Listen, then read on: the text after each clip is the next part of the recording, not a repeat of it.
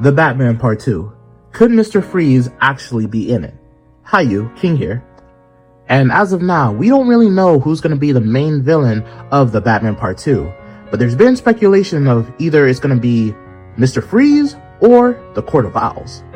And even though I would rather prefer the Court of Owls, the reason I'm making this video is because I have a couple of ideas of how Mr. Freeze could work in the movie either way. Especially because a lot of people say they can't really see Matt Reeves putting a fantastical character like Mr. Freeze in his grounded universe of the Batman, because it's very similar to that of Christopher Nolan's grounded universe of the Dark Knight trilogy. But I have a couple of theories that will oppose their denials, explaining why it would be possible for Matt Reeves to implement a fantastical character like Mr. Freeze in the sequel, especially since The Batman Part 2 is set to take place during wintertime. You see, one of the theories I have is Mr. Freeze is a scientist, specifically one that specializes in the science of experimental cryogenics. You see, I thought it'd be both awesome and possible if he was a scientist employed and funded secretly by the Court of Owls. And I thought it'd be cool, pun intended, if his work had a lot to do about slowing down the aging and decomposing process of living organisms, exponentially increasing their lifespans by putting them in frozen coma-like states through experimental cryogenic capsules, which would be a secret funded scientific process that would only be known by the high elites of Gotham, who would be part of said Court of Owls. And why would they fund such a process? To allow for their deadly trained secret group of assassins known as the Talons to be put on ice and unfrozen whenever the time comes for someone to be erased. But I get it, you might be asking yourself, why not just hire a lethal group of assassins like the League of Shadows? And my theory to that is, they want an assassin group that they own, that they can use and turn on and off like a toy.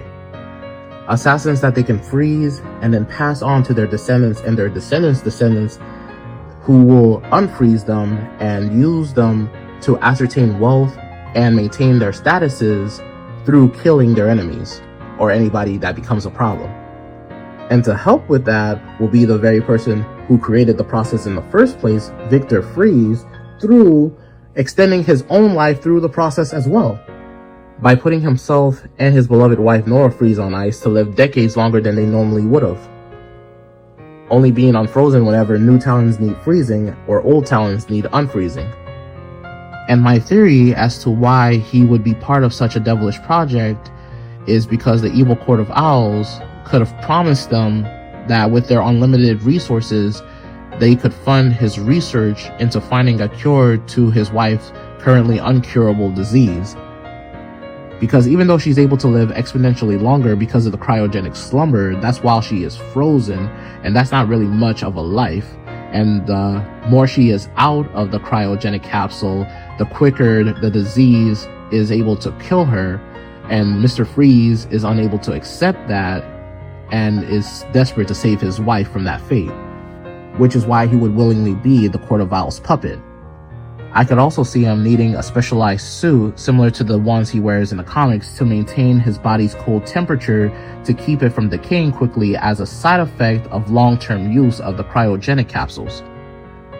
And is one of the reasons, and one of my theories, as to why the Talons can't be unfrozen for prolonged use lest you want them to start decaying 3 days later while out in the field. And though much of the things I've said sounds too fantastical for the Batman, they are proven in science in the real world. And if you were funded exponentially by the Court of Owls, I believe the science could advance to the point where people could live decades longer through cryogenic slumber. Hence, Mr. Freeze could be vital for the Court of Owls and be the very reason why they are using him in the sequel, if they are the main villains. If not, Mr. Freeze could be the main villain that could lead towards the Court of Owls being the main villain for a Batman Part 3. But all of that is just a theory. Same with my final theory as to how they could implement his freeze gun. Being a gun-like hose device that releases liquid nitrogen vapors that freezes anything that the vapors touch, but being something that he could only utilize while in his lab to make it as realistic and grounded as possible, is something I believe could make the fans hyped while also being as faithful to the comics as possible in the Batman verse. But that's all my thoughts and ideas as to how Mr. Freeze can be part of the Batman Part 2. If you like them, then like, share, subscribe, and follow, as well as comment down your thoughts below. What do you think how Mr. Freeze can be part of the Batman Part 2? Or if you don't think he's going to be part of the Batman Part 2, put your ideas and speculations as to who you believe is going to be the main villain or antagonist of the Batman Part 2 and why. And ring that notification bell for more videos like this. And most importantly, don't forget to stay great.